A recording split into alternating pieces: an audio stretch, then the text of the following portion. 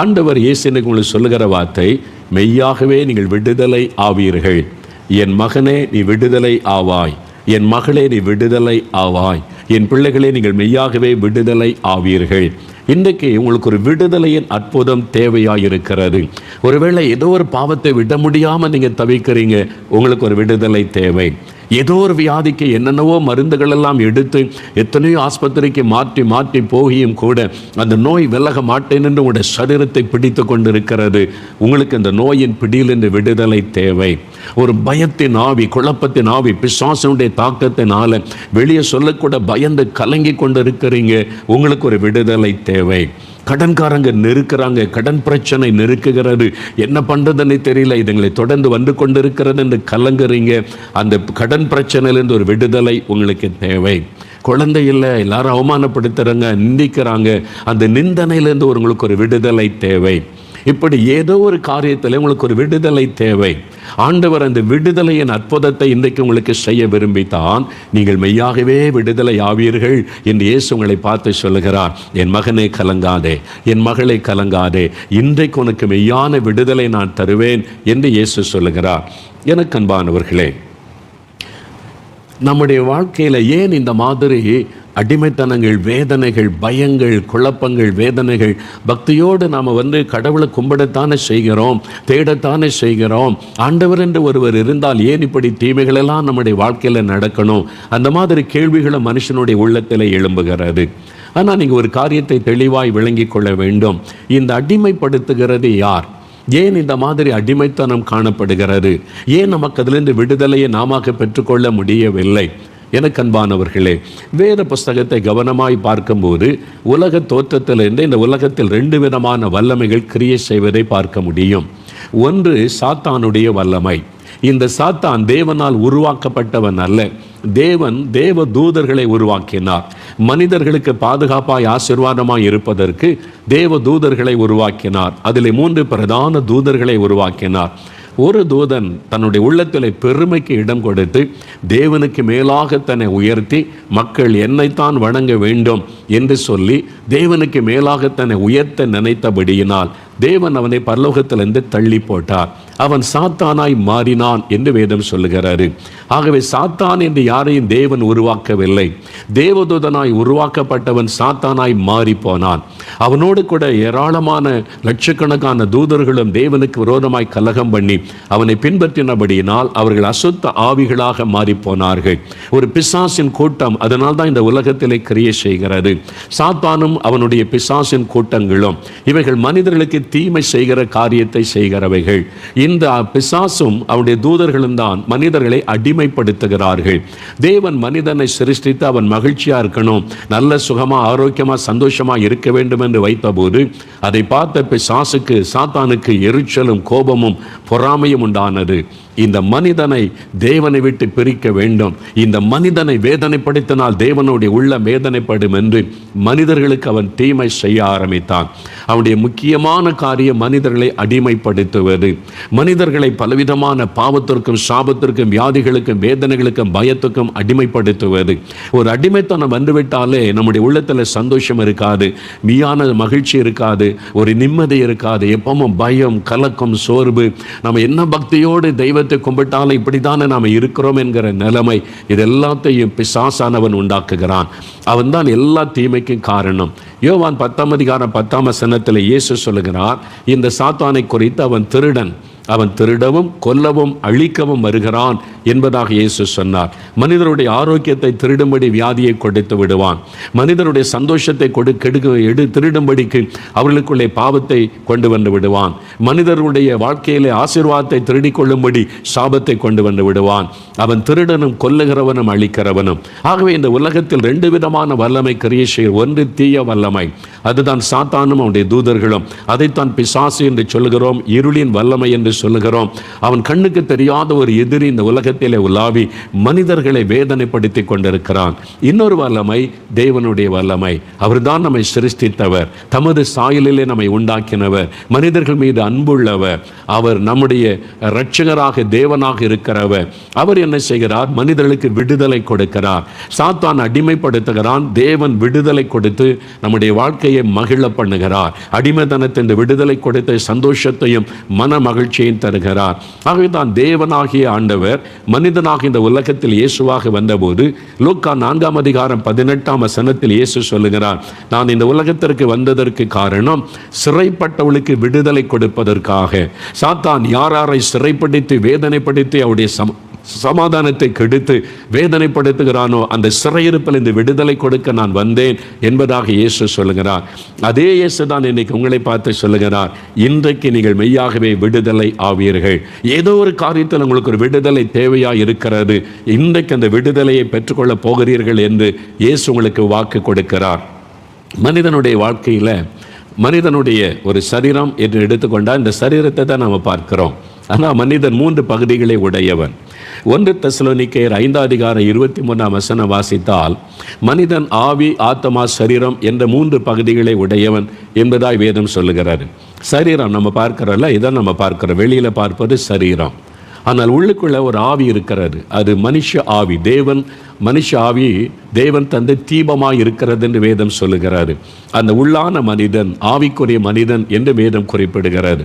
அந்த ஆவி இருந்தால் தான் மனுஷன் உயிரோடு இருக்க முடியும். ஆவி போயிட்டுன்னா என்ன சொல்லுவாங்க? சவம்.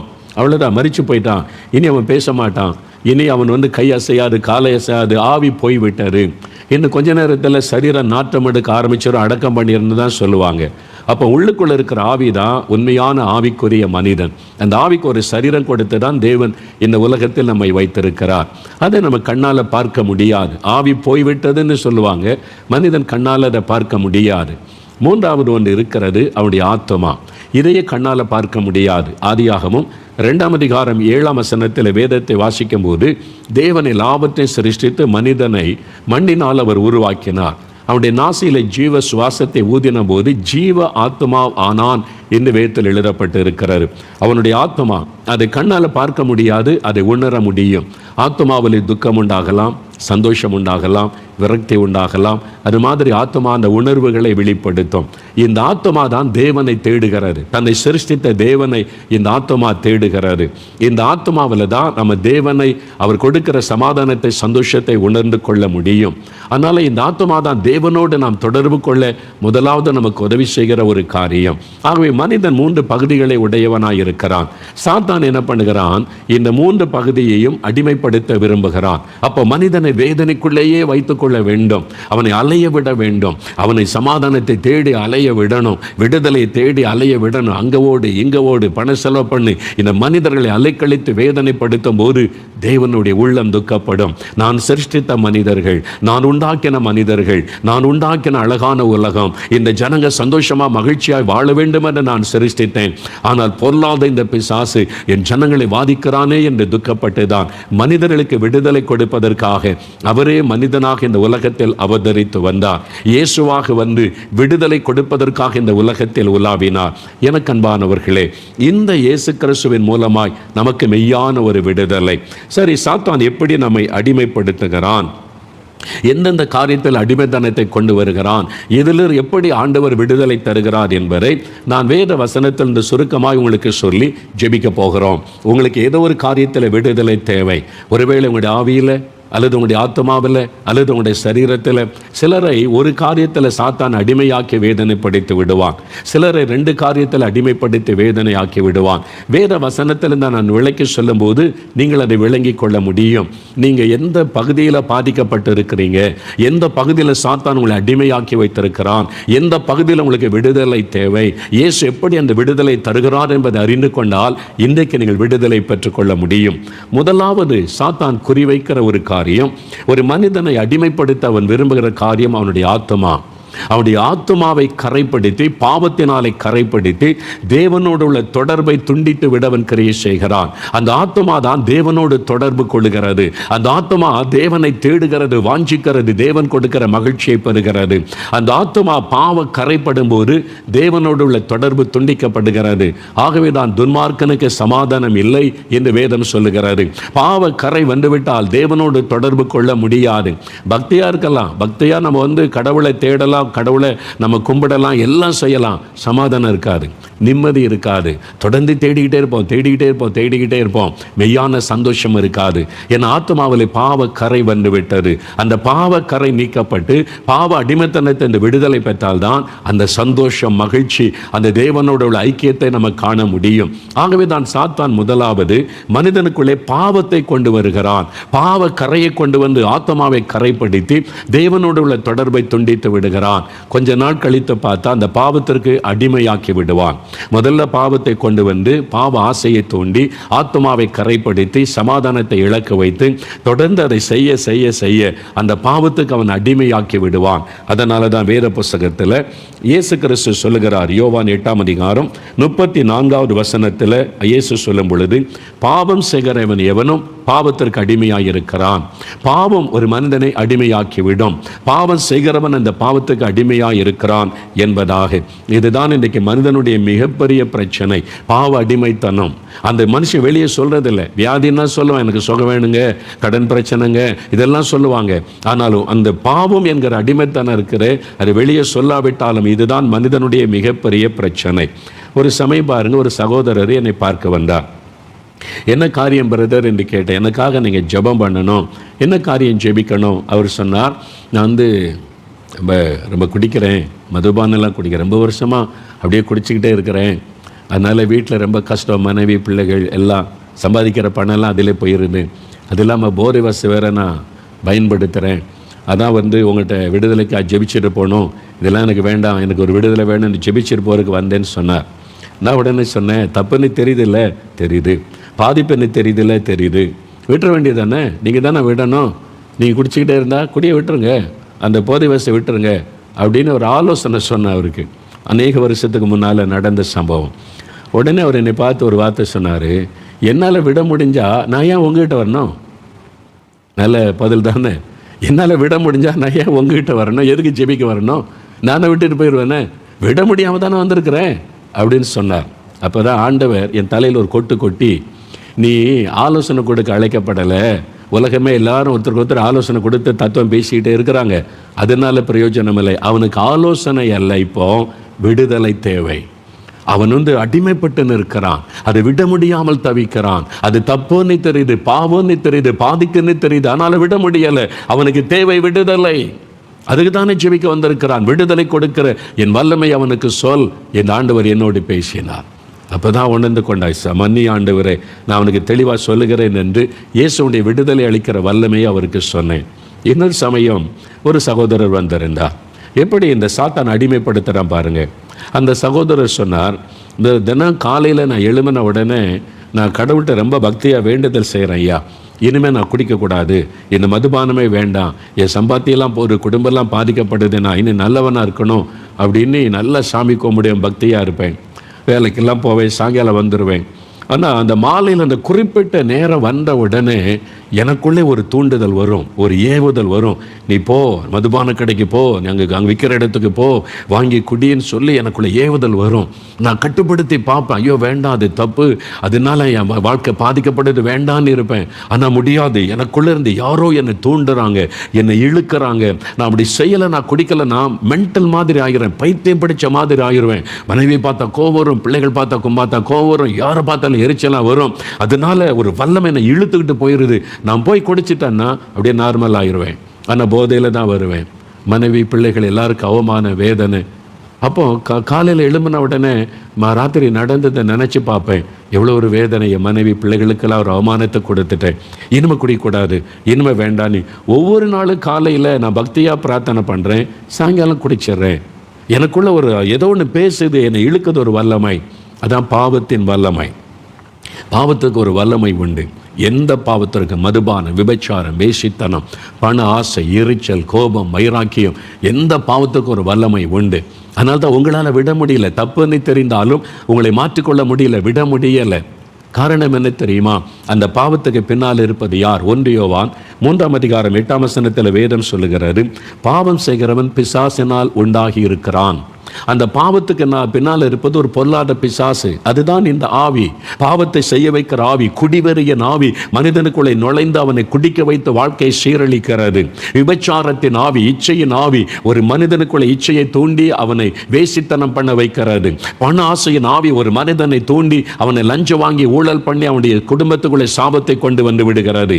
எரிச்சலின் ஆவி, கோபத்தின் ஆவி உள்ளத்தில் இந்த கிரியை செய்து மனைவி கிட்ட சண்டை, பிள்ளைகிட்ட சண்டை, கணவர்கிட்ட சண்டை, வீட்டு குடும்ப சமாதானத்தை கெடுத்து விடுகிறது.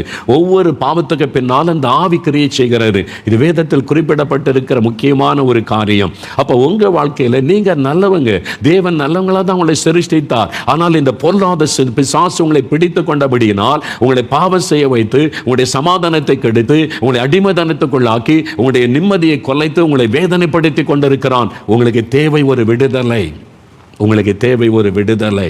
அந்த விடுதலை கொடுக்கத்தான் ஆண்டவர் உங்களோடு பேசுகிறார். மெய்யாகவே நீங்கள் விடுதலை ஆவீர்கள் என்று ஆண்டவர் இயேசு உங்களை பார்த்து சொல்லுகிறார். அப்போ அந்த சகோதரிடத்தில் நான் சொன்னபோது நான் சொன்னேன், ஒரு ஆவி உங்களை தூண்டுது அந்த பாவத்தை செய்ய வைக்கும்படிக்கு. அதனால தான் முடியாது, அதை செய்யாமல் இருக்க முடியலை. ஆமையா, அதுதான் உண்மை.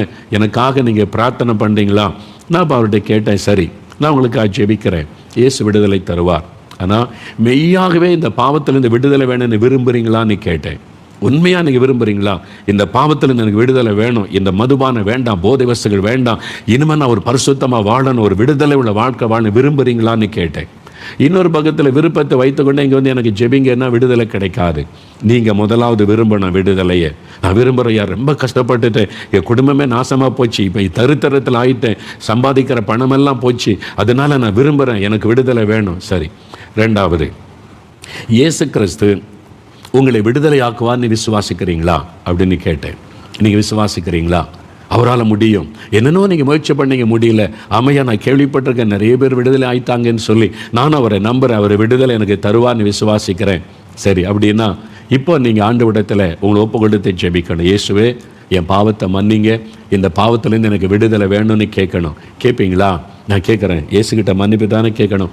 என் பாவத்தை உணர்றேன், மன்னிப்பு கேட்டு எனக்கு விடுதலை வேணும்னு ஜெபிக்கிறேன். அவ்வளோதான், ரொம்ப சிம்பிள், வேறு ஒன்றுமே கிடையாது. அந்த சகோதரர் முழங்கால் படியிட்டார், என் கூட சேர்ந்து ஜெபம் பண்ணினார். இயேசுவே, என் பாவத்தை மன்னிச்சிருங்க, இந்த மதுபான பாவத்துக்கு அடிமையாக இடம் கொடுத்து, இந்த போதை வசங்களுக்கு இடம் கொடுத்து என் குடும்பமே நாசமாக போகிறதுக்கு நான் காரணமாயிட்டு என்னை மன்னிச்சிருங்கன்னு ஒப்பு கொடுத்தேன்.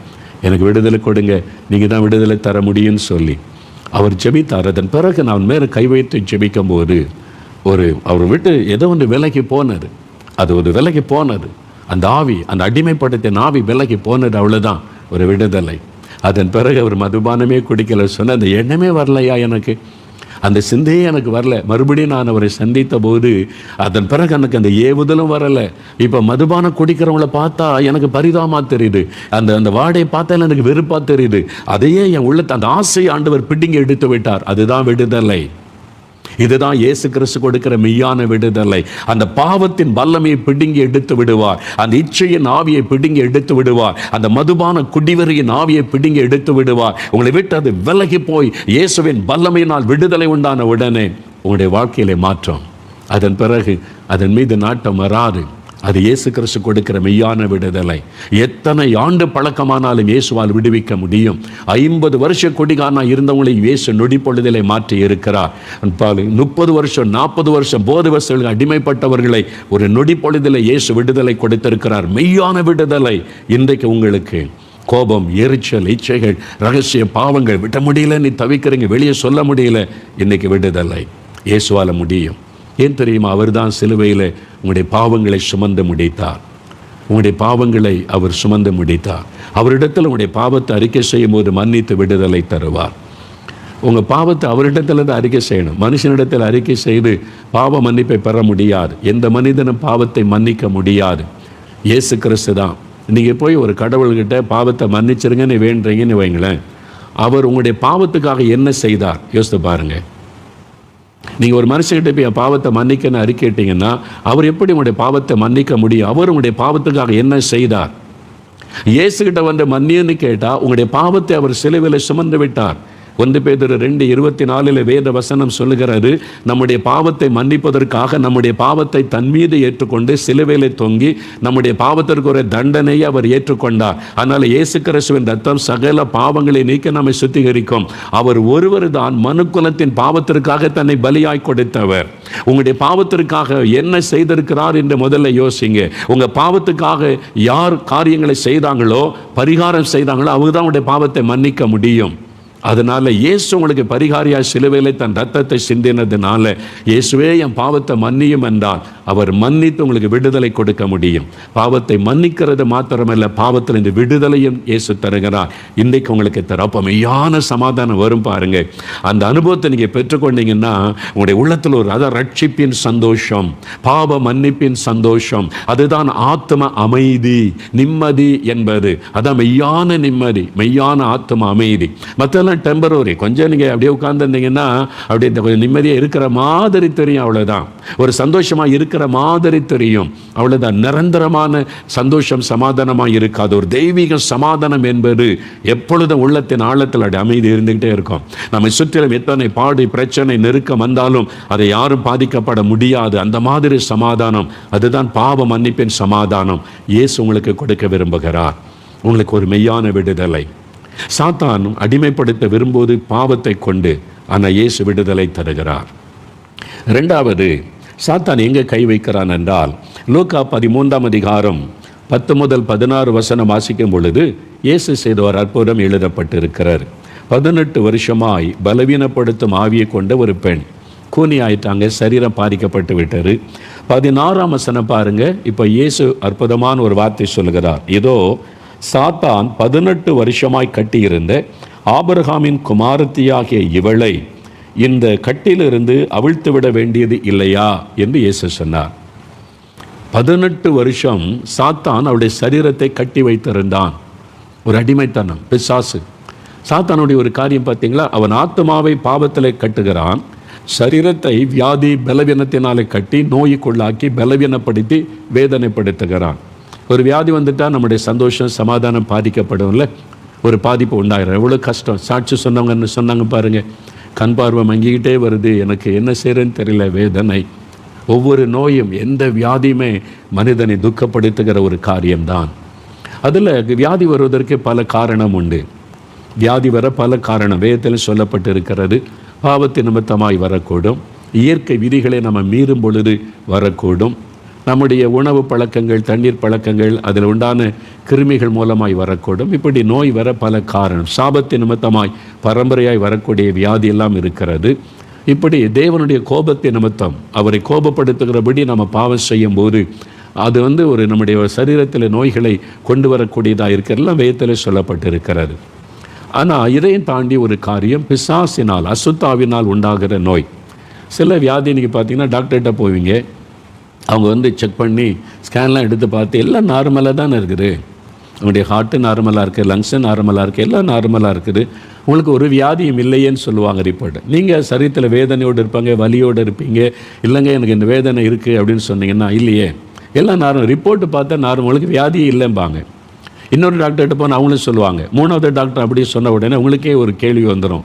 கடைசியில் அவங்களே சொல்லுவாங்க, நீங்கள் இந்த மாதிரி நினைக்கிறீங்கன்னா உங்களுக்கு மென்டலில் ஏதோ ப்ராப்ளம், உங்களுக்கு வியாதி இருக்கிறதா கற்பனை பண்ணி கொள்கிறீங்க, அதனால நீங்கள் அவங்கள போய் பார்க்கணும் அப்படின்னு சொல்லிடுவாங்க. இதெல்லாம் நேச்சுரலாக நீங்கள் நடந்து கொண்டு இருக்கிற விஷயங்கள். டாக்டர்ஸ் உங்களை குணமாக்க பிரயாசப்படுவாங்க. எந்த டாக்டருமே உங்களை சுகமாக்கணுன்ற தான் பிரயாசப்படுவாங்க. அதையும் தாண்டி முடியாத சில காரியங்களை நீங்கள் பார்ப்பீங்க. எவ்வளோ மருந்து சாப்பிட்டாலும் சுகம் வர மாட்டேங்குது, எவ்வளோ ட்ரீட்மெண்ட் எடுத்து வியாதி மாற மாட்டேங்குது, இதுக்கு டாக்டர்ஸை குழம்புறாங்க, என்ன பண்ணுன்னு தெரியல. அந்த மாதிரி ஒரு சூழ்நிலை காணப்படலாம். எனக்கு அன்பாவளிங்க பாருங்கள், 18 வருஷம் இந்த மகள் எத்தனை ட்ரீட்மெண்ட் போயிருப்பாங்க, எத்தனை வைத்தியரை பார்த்துருப்பாங்க, ஒருத்தரால் குணமாக்க முடியலை. இயேசு அறிந்து கொண்டார், இது ஒரு பலவீனப்படுத்துகிற ஆவி, இது சாத்தான் இவளை கட்டி வைத்திருக்கிறான், அவருடைய சரீரத்தை வேதனைப்படுத்துகிறான். அவருடைய ஆத்மா ஆண்டவர் மேலே விசுவாசமாக இருக்குது, ஆபிரகாமின் குமாரத்தின் ஆண்டவர் சொல்லுகிறாள் என்றால் விசுவாசம். ஆண்டவரை தேடுகிறாள், கர்த்தருக்குள்ள ஆத்மாவில் சந்தோஷம். சரீரம் பாதிக்கப்பட்டு இருக்கிறது. இன்னைக்கு நீங்க ஆத்மாவில் ரட்சிக்கப்பட்டிருக்கலாம், சரீரத்தில் சாத்தான் பாதிப்பை உண்டாக்கி இருக்கலாம். நான் ரட்சிக்கப்பட்டிருக்கிற பின்னே எனக்கு இந்த வியாதின்னு நினைக்கலாம். சாத்தான் உங்களுடைய சரீரத்தை பலவீனப்படுத்தி வியாதிக்குள்ளாக்கி உங்களுடைய சந்தோஷத்தை கெடுக்க முயற்சி பண்ணுவான். ஆனால் இயேசு அதிலும் விடுதலை தருகிறவர். பாருங்க, மத்தேயு 9 அதிகாரம் 32, 33 வசனம் வாசித்தீங்கன்னா, ஊமையான ஒரு மனிதனை இயேசு கிட்ட கூட்டிட்டு வந்தாங்க. அவனால பேச முடியாது. என்ன சொல்லியிருப்பாங்க? நாக்கு ஏதோ பிரச்சனை, அவனால பேச முடியலன்னு. இயேசு அவனை பார்க்கிறார், அவனால பேச முடியல. இயேசு அறிந்து கொண்டார், இது ஒரு ஆவி, ஊமையான ஆவி அவனை கட்டி அவனை பேச விடாதபடி வைத்திருக்கிறாரு. அவர் கட்டின்னு கொண்டார். அந்த ஆவி வெளியேறின உடனே பேச ஆரம்பிச்சுட்டான். அழகா பேசுகிறான், தெளிவாய் பேசுகிறான். எவ்வளோ பெரிய அற்புதம் இல்லை? இன்னொரு இடத்துல பாருங்க, மத்தேயு 12 அதிகாரம் 22 வசனத்தில் குருடும் ஊமையுமான ஒருவனை இயேசுகிட்ட கூட்டிகிட்டு வர்றாங்க. அவனுக்கு கண்ணும் தெரியல, ஊமை, பேசவும் முடியாது. எவ்வளோ பரிதாபம் இல்லை? கண்ணு தெரியலன்னா பேச முடிஞ்சாலாவது அவன் ஐயா நான் கண்ணு தெரியாதையா வழி சொல்லுங்க அப்படின்னு போக முடியும். பேசவும் முடியாது, கண்ணு தெரியலன்னா எவ்வளோ பரிதாபம் இல்லை? அந்த மாதிரி இறக்கப்பட்டவங்க இயேசுகிட்ட கூட்டிகிட்டு வந்தால் சுகமாக்கிடுவான்னு கூட்டிகிட்டு வந்தாங்க. இயேசு பார்க்கிறார், இது அவனுக்குள்ள ஒரு ஆவி அவனுடைய நாவை கட்டி இருக்கிறது, கண்களை குருடாக்கி வைத்திருக்கிறது. அது குருடும் ஊமையுமான ஆவி என்பதை இயேசு கண்டுபிடித்தார். அந்த ஆவி அதட்டினார், வெளியேறிப்போ. அந்த ஆவி போன உடனே பாருங்க, அழகாய் அவன் பேசுகிறான், கண் பார்வை வந்துவிட்டது. அற்புதம். அப்போ சாத்தான் நம்முடைய சரீரத்தின் சில உறுப்புகளை அவன் கட்டி அடிமைப்படுத்தி விடுவான். பேச முடியாதபடி செய்திருவான், கேட்க முடியாதபடி செய்திருவான். காது கேட்காம பல ஆண்டுகளாக இருந்தவங்களை பார்த்துருக்கிறேன். ஜெபித்த உடனே அந்த ஆவி வெளியேறி போகும், அவங்கள தள்ளிட்டு போகும். போன உடனே பார்த்தீங்கன்னா காது கேட்டுரும். 40 வருஷமா 50 வருஷமா காது கேட்காது, தெளிவாக கேட்குதுன்னு சொல்லுவாங்க. அந்த ஆவி, அந்த செவிட்ட ஆவி அவங்களை கேட்க விடாதபடி தடுத்து வைத்திருந்தது. ஒவ்வொரு வியாதிக்கு பின்னால் இப்படி அசுத்த ஆவிகள் கிரியை செய்கிறதை என் ஊழிய பாதையிலே நான் பார்த்திருக்கிறேன். ஒரு சமயம் திறப்பின் வாசல் ஜெபம் நம்முடைய தேவனுடைய கூடாரத்தில் நடைபெற 40,000 பேர் வருவாங்க. குறைந்தது 40,000 50,000 பேர் வருவாங்க. கடைசி சனிக்கிழமை அந்த கூட்டம் நடைபெறும் தேவனுடைய கூடாரத்தில். அப்போ தேசத்துக்காக ஜெபிப்போம். எல்லாம் ஜெபம் முடிஞ்சு கடைசியில் இது மாதிரி பிரசங்கம் பண்ணி வியாதிஸ்தருக்காக ஜெபிப்பது உண்டு. ஒரு சகோதரி கேன்சர் நோயினால் பாதிக்கப்பட்டு அவங்க பல ட்ரீட்மெண்ட் எடுத்து அது ரொம்ப முத்தி விட்டது. இனி அவ்வளோதான்ற ஒரு சூழ்நிலை, ரொம்ப பலவீனப்பட்டுட்டாங்க. அந்த நோயின் வேதனை பலவீனத்தினால கஷ்டத்தோடு எப்படியா அந்த ஜபத்துக்கு என்னை கூட்டிகிட்டு போங்கன்னு சொல்லி அவங்க சொந்தக்காரங்க கூட்டிகிட்டு வந்துட்டாங்க. பின்னால் ஒரு ஓரத்தில் அவங்க உட்கார்ந்து அப்படியே பிரசங்கத்தெல்லாம் கேட்டுக்கொண்டு இருந்தாங்க. அவங்களால நிற்கக்கூட பலனில்லாத ஒரு சூழ்நிலை பாருங்கள். வியாதி உள்ள இடத்துல கை வைத்து ஜெபிங்க, இயேசு உங்களை தொடுவார், குணமாக்குவார் என்று சொல்லும்போது அவங்களும் இயேசுவே இந்த கேன்சரில் கஷ்டப்படுறேன் சுகமாக்குங்கன்ன போது இந்த கேன்சர் வியாதியை கொண்டு வருகிற ஆவி இயேசுவின் நாமத்தில் விலகி போ அப்படின்னு சொல்லி நான் மேடையிலேருந்து ஜெபிக்கிற அவ்வளோதான். பொதுவாக அவ்வளோ மக்கள் இருக்கிறாங்க. பொதுவாக நான் இயேசுவின் நாமத்தில் நோய்களை கொண்டு வருகிற ஆவிகள் விலகட்டும் என்று இயேசுவின் நாமத்தை சொல்லி கடிந்து கொண்டே ஜெபித்த போது அவங்க அப்படியே சரிந்து கீழே விழுந்தாங்க. ஏன்னா அவங்களுக்குள்ள இந்த ஆவி வெளியேறி போயிட்ட ஒரு ஆவி தன்னை விட்டு போகிறத உணர்ந்தாங்க. டக்குன்னு எளிமை உட்கார்ந்தாங்க. வலி இல்லை, வேதனை இல்லை, எளிமை நிற்கிறாங்க. கேன்சர் தன்னுடைய சரீரத்தை விட்டு போய்விட்டதை உணர்ந்தாங்க. மேடைக்கு ஓடி வந்தாங்க. இப்போ நல்லா இருக்கிறேன், சந்தோஷமாக இருக்கிறேன். அந்த ஆவி போன உடனே அந்த வியாதி போய்விட்டார். அந்த ஆவிதான் அந்த சரீரத்தில் அந்த கேன்சர் வியாதியை கொண்டு வந்து வேதனைப்படுத்தினது. அவங்களுக்கு அந்த பிரச்சனை எல்லா சரீரத்திலும் கேன்சர் வியாதினால பிசாசு தான் கொண்டு வருதுன்னு சொல்லிடாதுங்க. அப்படி கிடையாது. சிலருக்கு அந்த மாதிரி அந்த நோயை பிசாசு கொண்டு வந்து அந்த வியாதியை உண்டாக்கும் போது அந்த ஆவி போன உடனே வியாதி மறைந்து விடும். இன்றைக்கி உங்கள் வாழ்க்கையில் கூட இந்த மாதிரி நீங்கள் பாதிக்கப்பட்டிருக்கலாம். இயேசு ஒரு அற்புதமான ஒரு விடுதலையை உங்களுக்கு தரப்போகிறார். அதற்கு தான் ஆண்டவர் உங்களோடு பேசி கொண்டிருக்கிறார். மெய்யாகவே நீங்கள் விடுதலை ஆவீர்கள் என்று ஆண்டவர் உங்களோடு பேசுகிறார். வெளிநாடு ஒன்றுக்கு நான் ஊழியத்துக்கு போயிருந்தேன். அப்போது அந்த கூட்டத்தில் முடிவில் ஜெப நேரம் வந்தது. அப்போ ஆவியானவர் என்னோட தெளிவாக பேசுகிறார். இங்கே ஒரு சகோதரி பல வருஷமாக அவங்களுடைய ஜீரண உறுப்பு பாதிக்கப்பட்டு இருக்கிறாரு. நல்லா இருப்பாங்க, மற்றபடி எல்லாம் ஓகே. அவங்களுடைய ஜீரண உறுப்பு மாத்திரம் பாதிக்கப்பட்டு இருக்கிறது. எதுவுமே அவங்களுக்கு ஜீரணமாவதில்லை. ஒவ்வொரு நாளும் சாப்பிடுவதனால ரொம்ப கஷ்டம் அப்படின்னு பல மருத்துவம் பார்த்து சுகமாகலை. அவங்க வந்திருக்கிறாங்க, நீ ஜெபம் பண்ண, நான் விடுதலை கொடுக்கணும் அப்படின்னு சொன்ன அந்த சகோதரி முழங்கால் படியிட்டாங்க. அவங்களுக்காக ஜெபித்த போது அந்த ஆவி வெளியேறி போச்சு பாருங்க. உடனே அவனோட ஜீரண உறுப்பு நார்மலாகி மாறிவிட்டார். அது தொடர்ந்து 2-3 நாள் சோதித்து பார்த்துட்டு கடைசி நாள் வந்து சந்தோஷமாக சொல்கிறாங்க, எத்தனையோ வருஷமாக என்னுடைய வயிற்று பகுதியில் அந்த பாதிப்பு, ஜீரண உறுப்பு பாதிப்பு, எத்தனை மருந்து, எத்தனை டாக்டர்கிட்ட போனேன், எல்லாமே ஒன்றும் இல்லைங்க, நார்மலாக இருக்கிறீங்கன்னு சொல்கிறாங்க. ஆனால் நான் பாதிக்கப்பட்டு கொண்டே இருந்தேன். ஆனால் இயேசு எனக்கு விடுதலை கொடுத்து விட்டார். அந்த ஆவி போன உடனே விடுதலை. இதே மாதிரி ஒரு சமயம் ஒரு சகோதரன் ஆர்த்தரைட்டிஸ்னால அப்படியே விரல் ஜாயிண்ட் எல்லாம் வலிக்கும், விரல் மொழியாக வலிக்கும், வேதனை. அந்த சகோதரன் மீது ஆண்டவருடைய வல்லமை இறங்கின போது அந்த ஆவி வெளியேறின உடனே பாருங்கள், நல்ல சோமாயிட்டார்.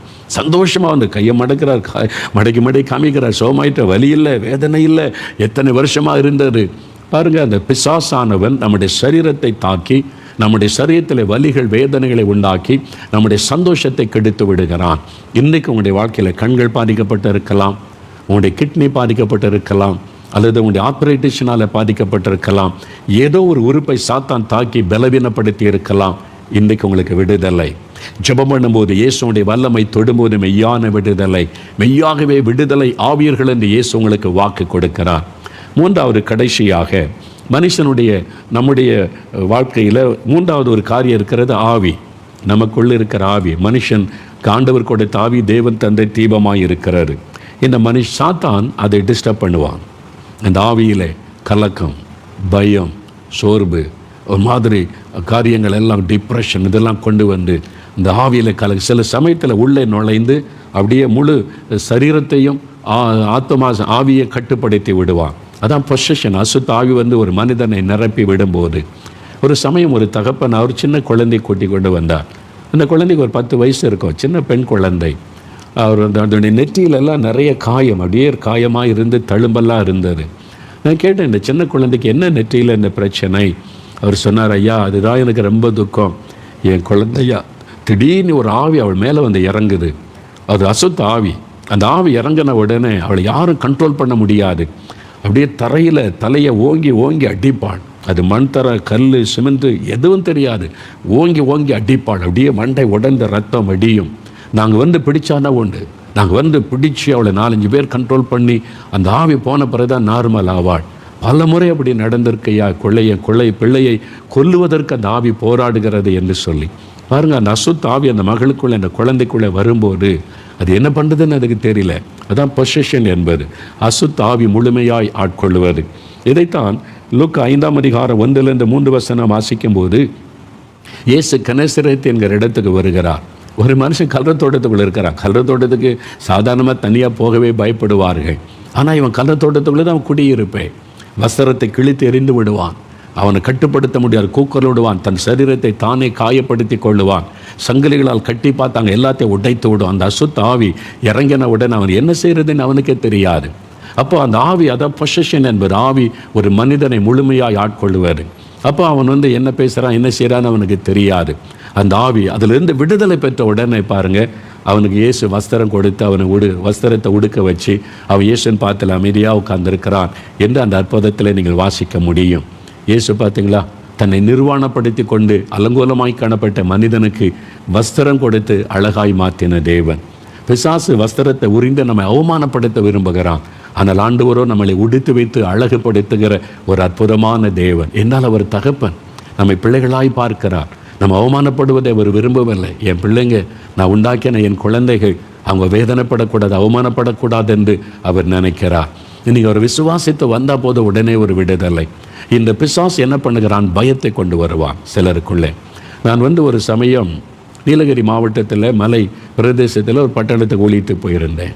அப்போ ஒரு பெரிய ஆஃபீஸில் வேலை செய்கிற ஆஃபீஸர், அவர் வந்து பெரிய ஆஃபீஸர், அந்த ஆஃபீஸில் என்னை தனியாக பார்க்கணுன்னு வந்திருந்தார். நான் உட்கார வைத்து பேசினேன்.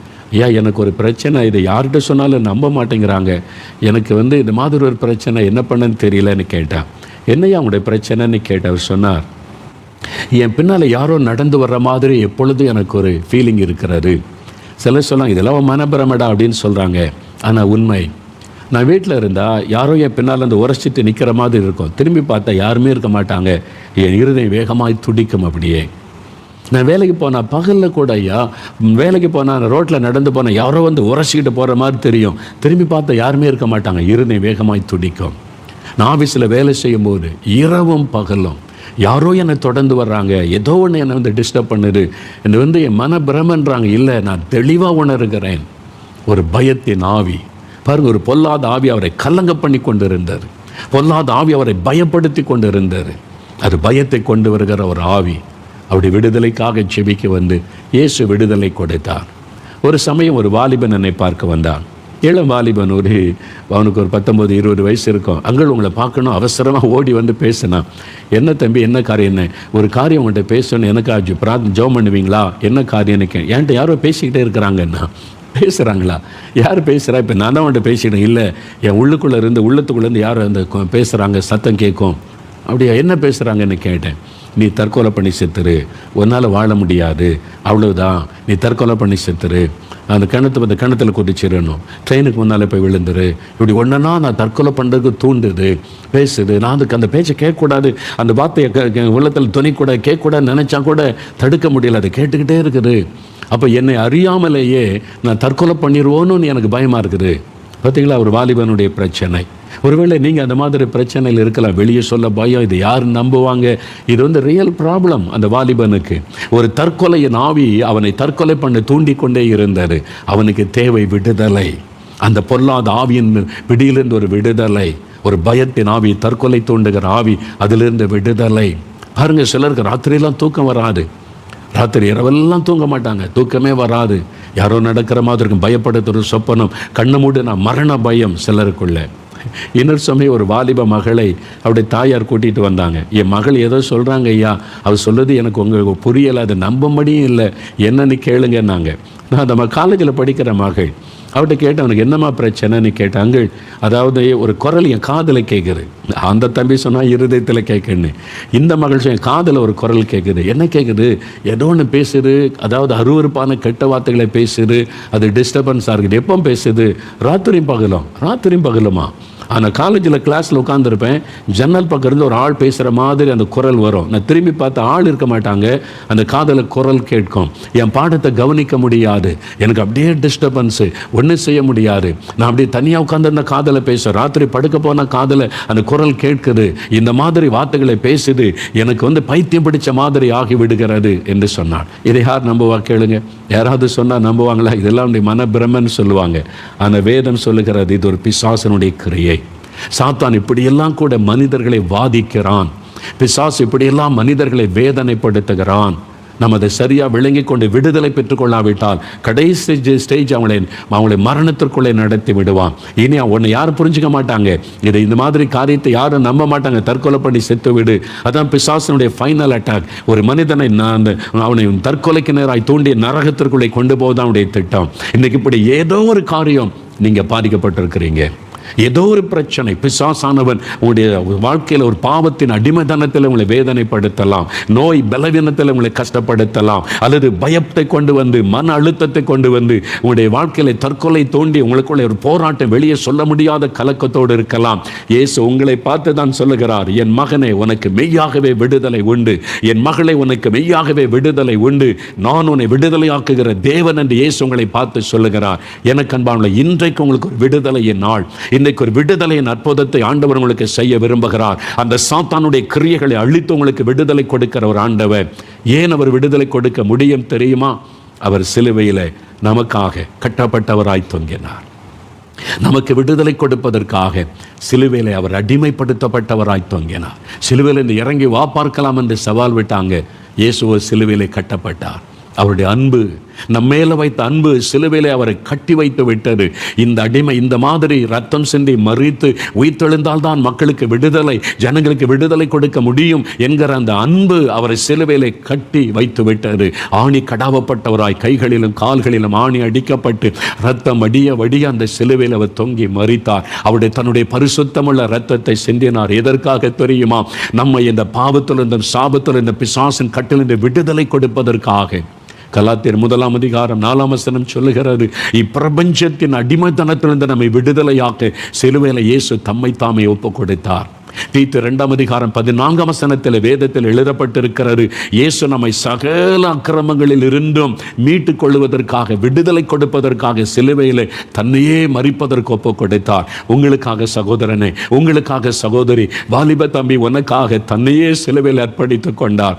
எனக்கு தெரியுமா, உனக்கு ஒரு விடுதலை கொடுக்க, உனக்கு ஒரு மெய் சமாதானத்தை கொடுக்க, உன் வாழ்க்கையை ஆசீர்வாதமாய் மாற்ற தன்னை சிலுவையிலே பலியாய் கொடுத்து பரிகாரியாக அவர் மரித்தார். மரித்த ஆண்டவர் 3வது நாள் உயிரோடு கூட எழுந்தார். இன்றைக்கு அவருடைய கரத்திலே தழும்புகள், அவருடைய தழும்புகளால் குணமாக்குகிறார், அவருடைய தழும்புகளால் விடுதலை தருகிறார், அவருடைய இரத்தத்தின் பலமையினால் நமக்கு சத்துருடைய கிரியைகளை அழித்து விடுதலை தருகிறார். அந்த இயேசுவை நோக்கி இப்ப நாம் ஜெபிக்க போகிறோம். உங்களுக்காக சகோதரனே, உங்களுக்காக சகோதரி, தன்னையே சிலுவையிலே பலியாய் கொடுத்த ஆண்டவர் உங்களை பார்த்து சொல்லுகிறார், என் மகனே, மெய்யாகவே இன்றைக்கு நீ விடுதலை ஆவாய். என் மகளே, மெய்யாகவே இன்றைக்கு உனக்கு விடுதலை என்று இயேசு உங்களை பார்த்து சொல்லுகிறார். இந்த விடுதலை பெற்றுக்கொள்ள விரும்புகிறீங்களா? இப்போ நாம் ஜெபிக்க போகிறோம். ஒவ்வொரு காரியமாக ஜெபிக்க போகிறோம். நல்ல கவனிங்க. முதலாவது பாவத்தில் இந்த விடுதலை, அதற்காக நான் ஜெபிக்க போகிறேன். இயேசு உங்களை தொட போகிறார். 2வது வியாதி, சரீரத்தை தொட்டு குணம், அதுக்காக ஜெபிக்க போகிற, அதில் விடுதலை. 3வது உங்களுடைய ஆவியில பயம், குழப்பம், இந்த மன அழுத்தம், அந்த மாதிரி பாதிக்கப்பட்டு அசுத்தாவினால் தாக்கப்பட்டவங்க, மந்திர பில்லி சுனித்தினால் பாதிக்கப்பட்டவங்க, தற்கொலையின் ஆவியினாலே பாதிக்கப்பட்டு கலங்குறவங்க, உங்களுடைய விடுதலை. 4வது கடன் பிரச்சனை, வறுமை, இந்த வேதனை, அதிலிருந்து ஒரு விடுதலை. உங்களுடைய ஆசீர்வாதத்தை தடை பண்ணுகிற காரியங்கள் விலகி ஆசீர்வாதம் உண்டாக 4 காரியங்களுக்கு ஜெபிக்க போகிறோம். இப்போ ஜெபிக்கும்படி நாம் எழுந்து நிற்கலாம். இருக்கிற இடத்தில் எழுந்து நிற்கலாம். முடியாதவர்கள் உட்கார்ந்து கொள்ளுங்க. முடியாதவங்க எழும்பி நிற்க முடியாதவங்க உட்கார்ந்து கொள்ளுங்க. வியாதிப்பட்டவங்க அமர்ந்து கொண்டு ஜெபிக்கணும். ஆனால் இந்த ஜெப நேரத்தில் உங்களுடைய எண்ணம் சிதறாமல் இருக்கும்படி கண்களை மூடி இயேசுவை மாத்திர நீங்கள் நோக்கி பார்க்கணும். இயேசு என்னுடைய விடுதலைக்காக சிலுவையிலே மரித்தார். நான் விடுதலையோடு மகிழ்ச்சியாக இருக்கணும் என்பதற்காக சிலுவையில் ரத்தம் சிந்தினார். என்னை சுகமாக்குவதற்கு தன் கையிலே தழும்புகளை ஏற்றுக்கொண்டார். இயேசுவே எனக்கு விடுதலை கொடுங்கப்பா, இயேசுவே எனக்கு அற்புதம் செய்யுங்கப்பா, இயேசுவே இந்த வேதனைக்கெல்லாம் முடிவை உண்டாக்குங்க. அந்த இயேசுவின் பெயரை சொல்லி கூப்பிடணும். நீங்கள் இயேசுவின் பெயரை சொல்லி என்னை நோக்கி கூப்பிடு, நான் உன்னை விடுவிப்பேன் என்று இயேசு சொல்லியிருக்கிறார். இயேசுவின் நாமத்தை சொல்லி கூப்பிடும் போது இன்றைக்கு உங்களுக்கு மெய்யான ஒரு விடுதலை.